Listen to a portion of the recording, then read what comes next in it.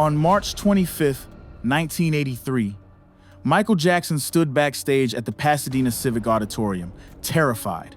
In less than an hour, 47 million people would watch him perform on national television. He'd been practicing in his kitchen the night before, working out moves he'd never shown anyone.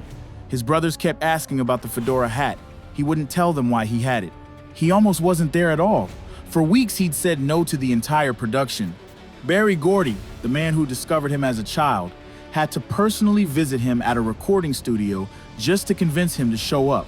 And even after he agreed, Michael made one demand that nearly killed the whole thing. He wanted to perform Billie Jean, a song that had absolutely nothing to do with Motown. What happened next became the most iconic 5 minutes in music television history. The moonwalk, the sequin glove, the black jacket, and white socks. But here's what most people don't know. Michael Jackson's brothers watched from the wings with their mouths open because they'd never seen what he was about to do. The producers tried to stop him from broadcasting it. And the performance that made him a solo megastar almost didn't happen at all. In 1983, Motown Records was celebrating 25 years in the music business.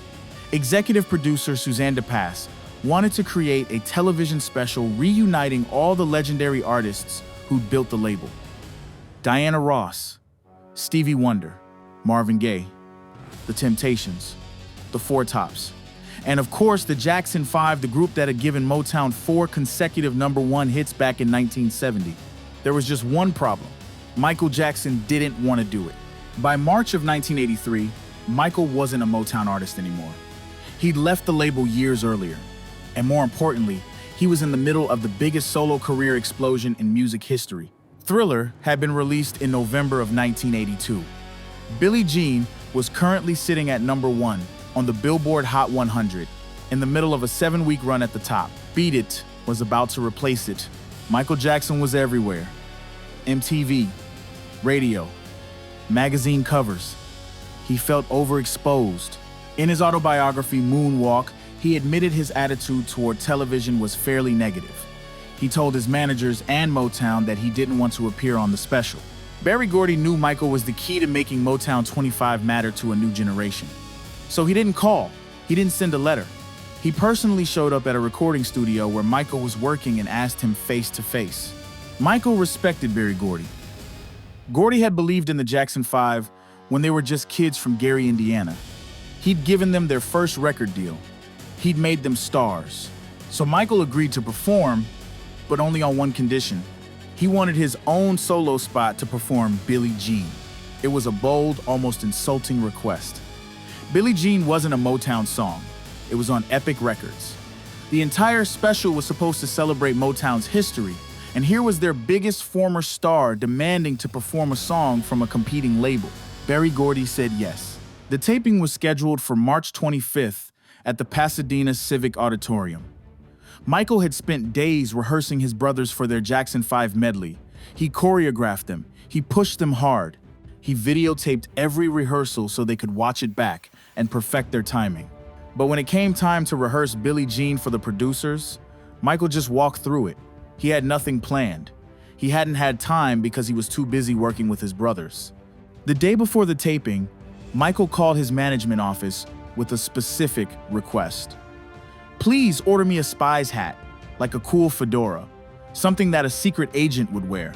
I want something sinister and special, a real slouchy kind of hat. That night, March 24th, Michael went down to the kitchen of his family's house in Encino. He was alone. He turned on Billie Jean, loud, and he let the song tell him what to do. Years later, in his autobiography, he described what happened. I pretty much stood there and let the song tell me what to do. I kind of let the dance create itself. I really let it talk to me. I heard the beat come in, and I took this spy's hat and started to pose and step, letting the Billie Jean rhythm create the movements. I felt almost compelled to let it create itself. I couldn't help it. Michael had been practicing the moonwalk for months. He learned it from 3 young breakdancers who showed him the basics of a street move they were doing. He'd refined it in private, working on it over and over until he had it perfect. And standing in that kitchen the night before Motown 25, it dawned on him. This was his chance to show it to the world. Katherine Jackson, Michael's mother, and his sister LaToya were used to hearing Michael practice in the room above the garage every Saturday and Sunday. "I'm sure he was doing the moonwalk up there," Katherine later said, "but we never knew it." The next day, his brothers kept asking about the fedora. Michael wouldn't tell them. They'd have to wait and see. The Jackson 5 reunion went perfectly. Michael, Jackie, Tito, Marlon, Jermaine, and Randy performed a medley of "I Want You Back," "The Love You Save," "Never Can Say Goodbye," and "I'll Be There." It was the first time the original members had performed together since 1975, and the audience loved it. Then Michael stepped forward.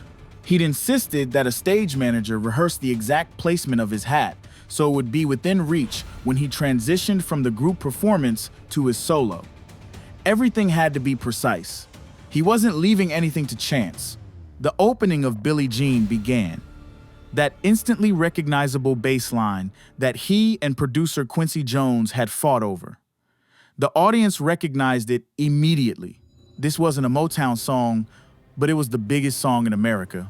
Michael grabbed a fedora, placed it on his head, struck a pose, and the transformation happened. He wasn't just Michael Jackson anymore. He was a character, a performer operating on a level no one had seen before. The moves came fast, sharp, precise, almost violent in their intensity. Spins, kicks, freezes. His body moved like it was being controlled by the music itself. And then, during the bridge of the song, he did something that stopped the entire auditorium.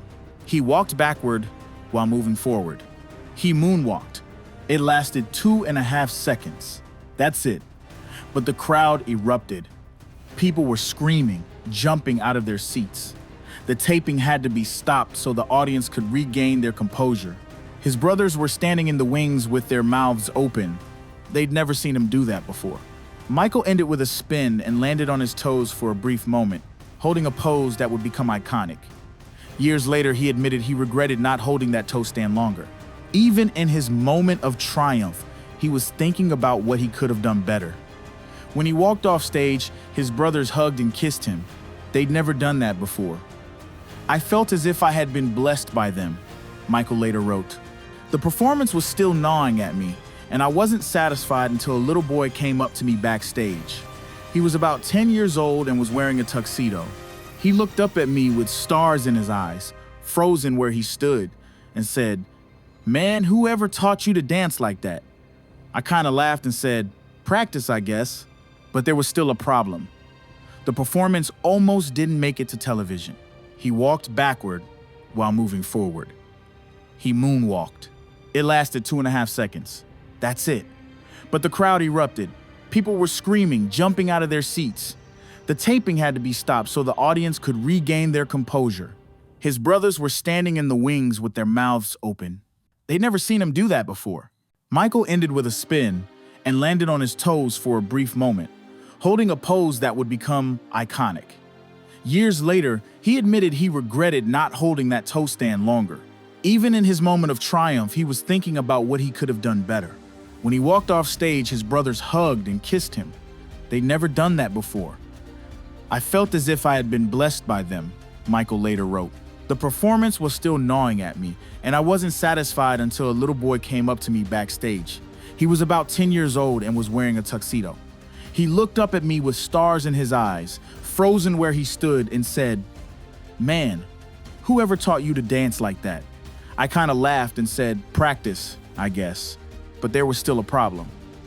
The performance almost didn't make it to television. According to executive producer Suzanne DePass, a letter arrived by messenger during rehearsals. Michael Jackson's team was forbidding them from taping Billie Jean. Michael wanted to perform it for the live audience in the theater, but he didn't want it on the broadcast. DePass went directly to Michael. "Are you serious? I'll tell you what, we will tape it and you come to the editing room, and if you don't like it, we won't use it." Michael agreed to watch it. When he saw the footage, he didn't just like it, he loved it. Director Don Misher, who'd witnessed the rehearsal days earlier, knew immediately they were watching something historic. The place was empty, basically, Misher recalled. So we watched Billie Jean for the first time. The whole thing, the hat, the socks, the moonwalk.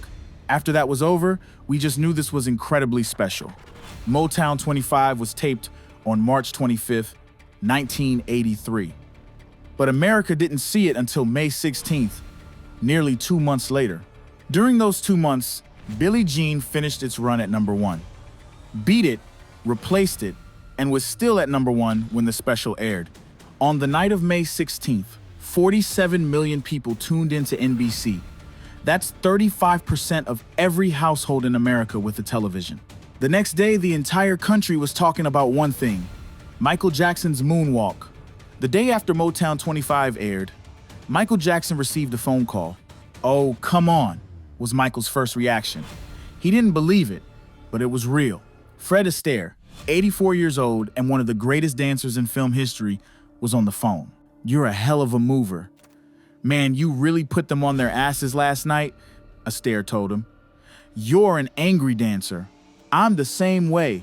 I used to do the same thing with my cane." It was the greatest compliment Michael Jackson had ever received in his life, and the only one he ever wanted to believe. Years later, Michael met with Astaire, Gene Kelly, and Hermes Pan at separate times, trading dance moves. He taught them the moonwalk. "It was a fantastic experience," Michael said, "because I felt that I had been inducted into an informal fraternity of dancers, and I felt so honored because these were the people I most admired in the world." The impact was immediate and massive. Within days, Thriller sales exploded. Michael's manager later told Suzanne de Passe that the Motown 25 performance helped sell 4 million more copies of the album. MTV, which had initially refused to play Michael Jackson's videos because he was black, suddenly couldn't get enough of him. The network went into its first quarterly profit in 1984, riding the wave of Billie Jean, Beat It, and Thriller videos in heavy rotation. Michael Jackson was nominated for an Emmy Award for his Motown 25 performance. He was up against Richard Pryor, who hosted the special, Carol Burnett, and Luciano Pavarotti. The show itself won the Emmy for Outstanding Variety, Music or Comedy Program. But more than the awards, more than the sales, Motown 25 was the moment Michael Jackson stopped being a pop star and became a cultural phenomenon. Director Don Mischer remembers what happened in the days after Motown 25 aired. He was in Washington, D.C. to film a Barbara Walters interview with Nancy Reagan at the White House. Coming down the elevator of the hotel, everybody's talking about Michael. In the taxi cab going to the White House, everybody was talking about Michael. In the East Wing of the White House, everybody's talking about Motown 25 and Michael. We do these kinds of things and we never know how people are going to react. But that morning in Washington, suddenly I said to myself, this show really had an incredible impact. Kids across America spent the next week trying to moonwalk on playgrounds, on sidewalks, on kitchen floors. It became the move everyone had to learn. The fedora, the sequin glove, the black jacket, the white socks. All of it became Michael Jackson's signature look, copied endlessly, but never duplicated. In every concert Michael performed for the rest of his career, he kept the same Billie Jean routine he debuted at Motown 25. He refined it. He mastered holding that toe stand for longer. But the structure, the moonwalk, the transformation from regular performer to otherworldly artist, it all stayed the same. The performance has been ranked as one of the greatest television moments in history. One of the most important pop culture moments of the 20th century. The moment a dance move became a permanent part of our cultural language, and it almost didn't happen. Because Michael Jackson said no. Because he was terrified. Because he practiced alone in his kitchen the night before with no one watching. Because he convinced Berry Gordy to let him perform a song that wasn't even a Motown record. 47 million people watched it live. Billions have seen it since. And every single person who's ever tried to moonwalk, who's ever put on a fedora and tried to spin, who's ever felt that electric connection between music and movement, they're all connected to that one night in Pasadena when a 24-year-old Michael Jackson decided to show the world something they'd never seen before. If you want to hear more untold stories about the legends who changed music history, subscribe to King of Pop and hit that like button. Stay tuned for more content.